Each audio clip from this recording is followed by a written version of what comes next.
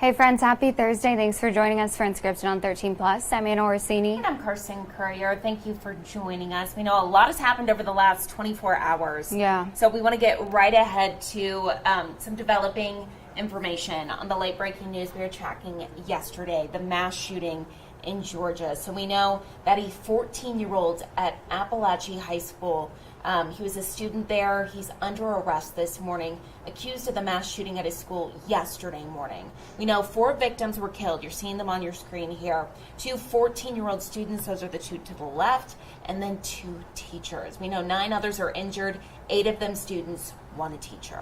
Now, Georgia's Bureau of Investigations has called the people who were involved in the shooting, the students, teachers there in the building yesterday, heroes, because they said without the quick thinking and actions of those teachers and students, it could have been a way worse outcome. Students inside the school obviously terrified, trying to text their parents, let them know what was happening. Parents heading straight to the campus to pick up their students, also wanting to know what was happening inside of the school. Staff and students were then taken to the school's football field before they were reunited with their families. Now, police say that the shooter had used an AR-15 rifle during that shooting, and we also learned in the last 24 hours that he wasn't unfamiliar to police. They'd actually talked to him and interviewed him when he was 13, so a little more than a year ago, because of some threats that were made online, but at the time they didn't have enough evidence to arrest him. So this wasn't somebody that they were unfamiliar with. Now, we do know that those 9 victims currently in the hospital are expected to recover. Now, we know the shooter was also charged with murder and will be tried as an adult. He will be transferred to a youth detention facility today. So again, those are the 4 individuals that were killed yesterday during that mass shooting. We are still learning more about this tragedy, really just kind of every, I wouldn't say a couple of minutes, but I'd say almost every hour. We're getting kind of more details about the individuals that were injured there and kind of the process here about moving forward with that 14-year-old shooter, what's happening with him. So again, we will be tracking this throughout the morning, throughout the day. We will update you both on air, online, also on our mobile news app if we get any new information. And we want to go ahead and take a live look out to Santa Monica today, because another big thing that we've been talking about recently was heat, of course, leading up to this 13 First Alert Action Day. But it's not just us who are feeling these impacts of the heat. There's millions of people who are under heat advisories today. So again, both today and tomorrow, First Alert Action Days, but the desert also heating up.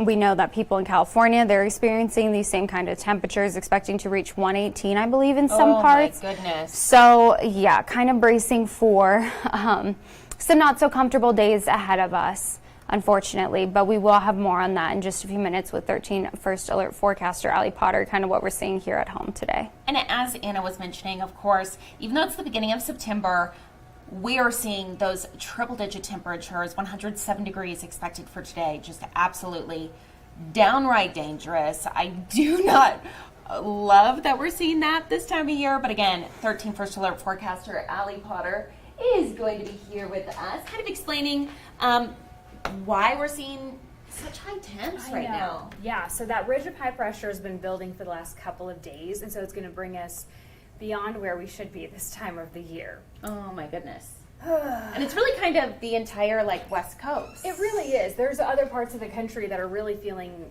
hotter. So we're talking 115-ish, and other parts like California. So a lot of folks are under either a heat warning or an advisory or something like that. So Okay. it could always be worse. It could be worse. Could be Phoenix. And Phoenix is, we don't even want to talk about those temperatures. Woo-wee! Yeah, they've been in the triple-digit streak for a long time now. 107, though, still on the toasty side for us in Tucson. 104 on your Friday. 101 by Saturday, and Sunday 102 on your Monday. That excessive heat warning just a couple hours from now, really an hour and a half. Highs between 102 and 108, very possible, 108s. Tucson, San Manuel, Green Valley, Nogales, Ajo, Sells, all the way north to Casa Grande. Now, if you're in Cochise County, consider yourself on the lucky side, dealing with those cooler temperatures, so to speak. Some actions to take, and I know they sound like common sense, though, but folks, we haven't seen these temperatures in quite some time. And I know 105, 107 doesn't seem like crazy hot, right? We've dealt with a lot hotter temperatures than that, but it's unseasonably on the warm side, okay? So plan accordingly, maybe the jog earlier in the morning, later on at night. Drink plenty of water, don't forget that sunscreen. Most importantly, though, if you have the kiddos in the car or even little Fido is going on a little car ride with you, make sure that they are all out of the car and inside your home with you. It's important, though. I know life gets crazy, but we got to make sure that our kiddos and furry friends stay safe with us, okay? 93 right now in Tucson, really starting to warm up. 83 in Sierra Vista, 86 for Nogales, 92 in Marana, 85 if you're in Safford, 81 for you in the Douglas area. A nice little view here from our station camera in Marana. There we are. Our radar is on the dry and clear side. Not exactly what we like to see, but unfortunately, that's the case for us. We're not tracking any type of rainfall whatsoever for us here in town. Listen up in Cochise County. You're on the warmer side, of course, but you do not have an excessive heat warning in effect today. 89 for Bisbee, 96 in Wilcox, 95 for Sierra Vista, 95 if you are in the Douglas area. Today's forecasted highs are neighboring towns. The 90s for Oracle, 104 Green Valley, Vail triple digits, Nogales 99 for you. Your 13 first alert 7-day forecast includes that excessive heat warning, making it 2 first alert action days today and tomorrow. Your weekend, not too bad, but do keep in mind we should be around like 98. Eventually that'll change to 97, 96 at the time of the year. Okay. Well, goodness. I'm Just hoping. stay inside. Yeah. I know. 107, I'm like, oh, that's And- brutal. You know, and I feel bad for the folks that work outside right now. Mm-hmm. You know, they plan and they're like, ooh, it's, September. It's really kind of some cooler temps that we're dealing with. And, especially our workers outside right now. Well, I think a lot We're of us. working on a nice secret we can't wait to tell you Oh, about. I know. Loud secret during the It 9 is loud. 9 a.m. this morning. I was like, wow, Yes. loud power tools. Yeah. Yeah. Okay. Very exciting. Thank Fun to you, go. Allie. Thank Yes, you, of course. Allie.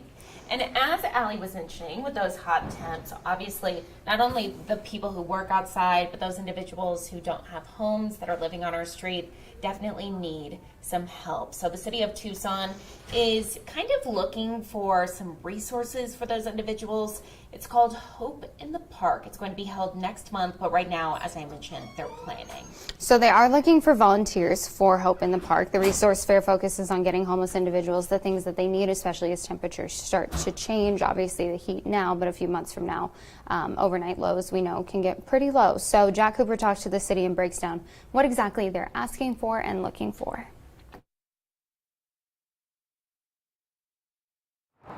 I'm told the most important thing that they need right now are volunteers. Now, this is Rudy Garcia Park. This is where the event is going to be held in just about a month, October 11th to be exact. And city leaders say that they're expecting hundreds of homeless people to come out and attend this event.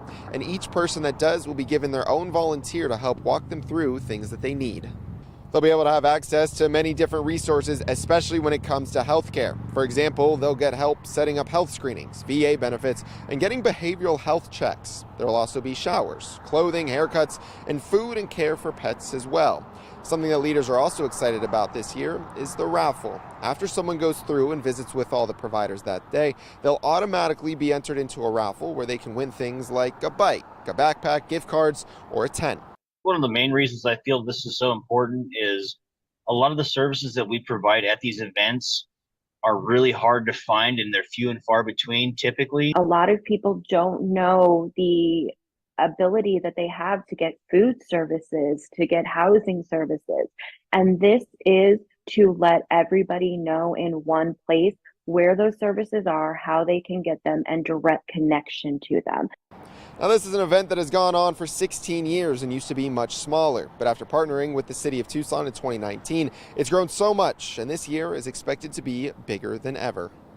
This is a great opportunity for the community to be part of what is happening, or what the city and the county are doing to support the unsheltered community. So if you have concerns by the numbers of people on the streets, come and be part of the solution. I'm not saying we have all the answers, but this is the beginning of something new. Now, this is the first year since the pandemic that this event is going to be held. 2021 was the last one. But moving forward, leaders tell me that they're hoping they can make it a biannual event, so every couple of years. Reporting on the South Side, I'm Jack Cooper, 13 News.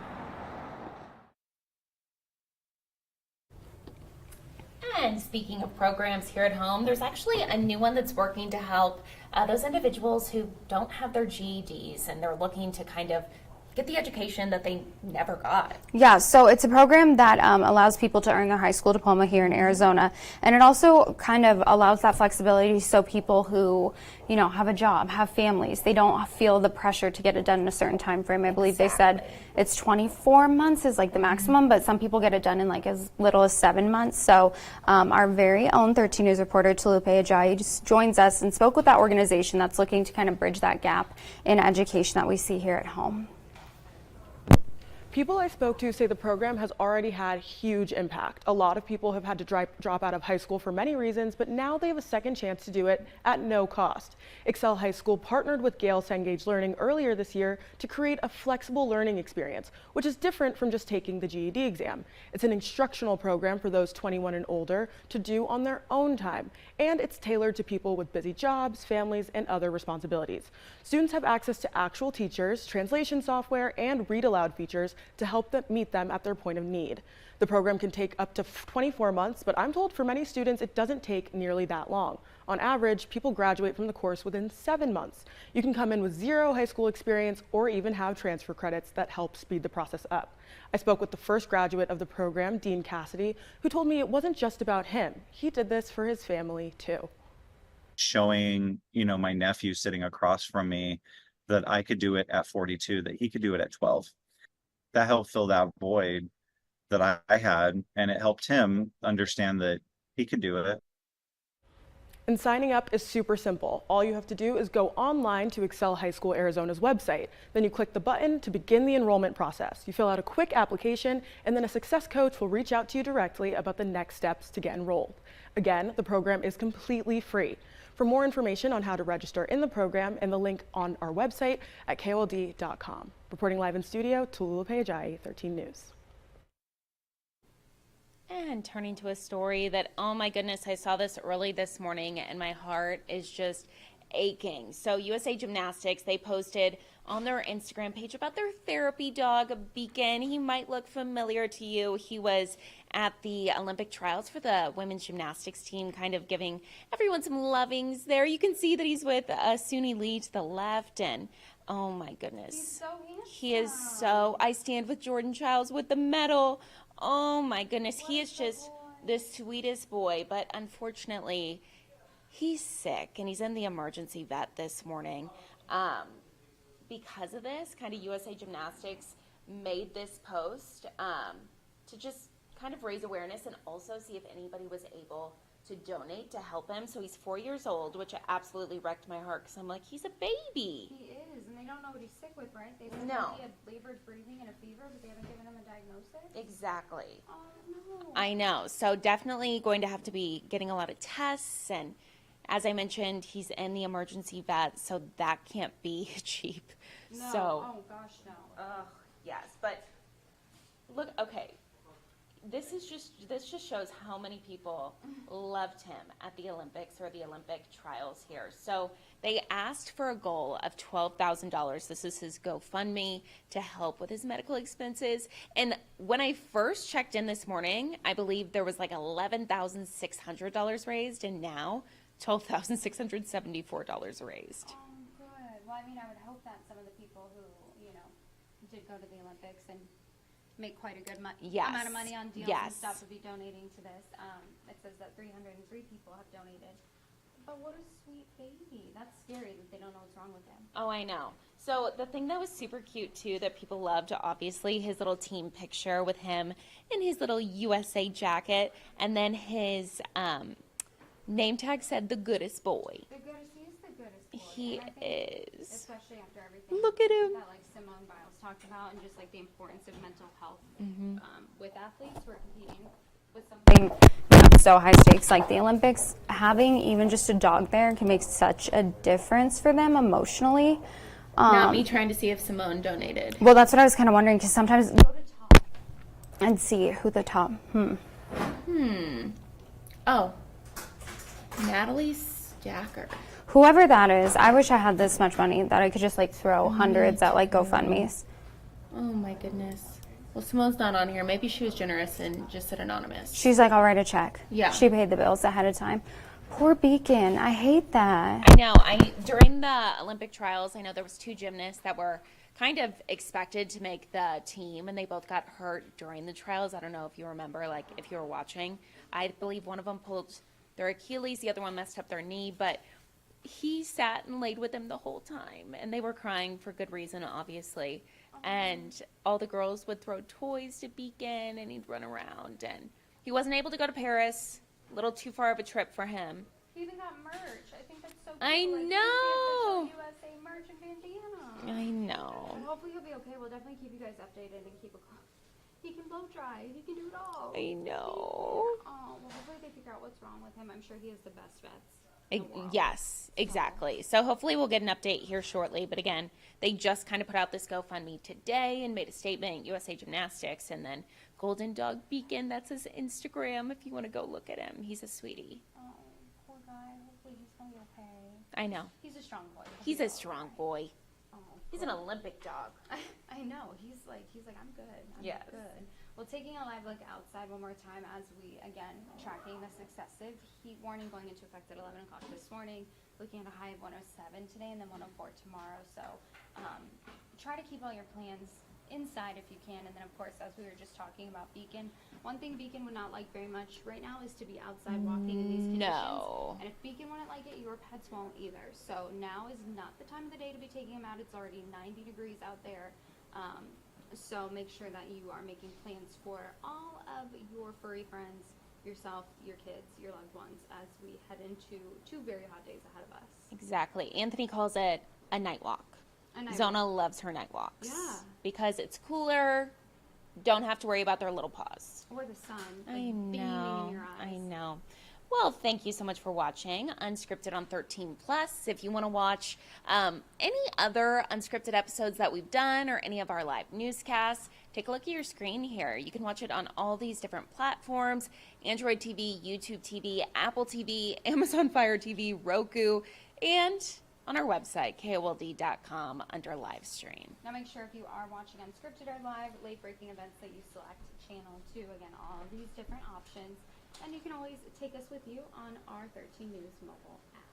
Thanks for joining us today for Unscripted on 13 Plus. Have a great and a very safe day out there in this heat, and we'll see you back here tomorrow for your Friday morning. Thanks for watching.